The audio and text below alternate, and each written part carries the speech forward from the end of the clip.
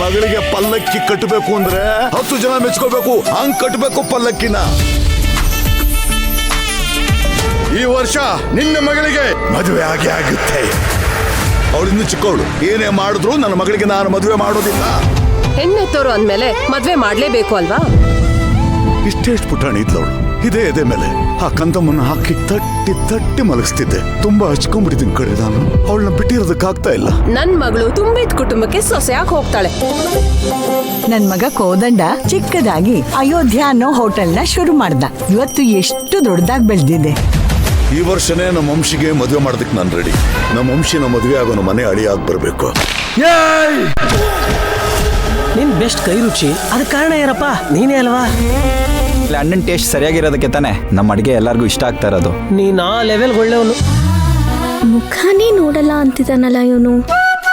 ಹೇಗಾದ್ರೂ ಸರಿ, ಇವತ್ತು ಒಂದ್ಸಲನಾದ್ರೂ ಇವನ್ ನಿನ್ ಮುಖ ನೋಡೋ ಹಾಗೆ ಮಾಡು. ನಾಚ್ಕೆ ಕೃಷ್ಣನ ಜೊತೆ ನಮ್ಮ ವಂಶಿ ಡೇಟ್ ಫಿಕ್ಸ್ ಆಗಿದೆ. ಕೃಷ್ಣ ವಂಶಿ ಮಾರ್ಚ್ 2ರಿಂದ ರಾತ್ರಿ 9:30ಕ್ಕೆ.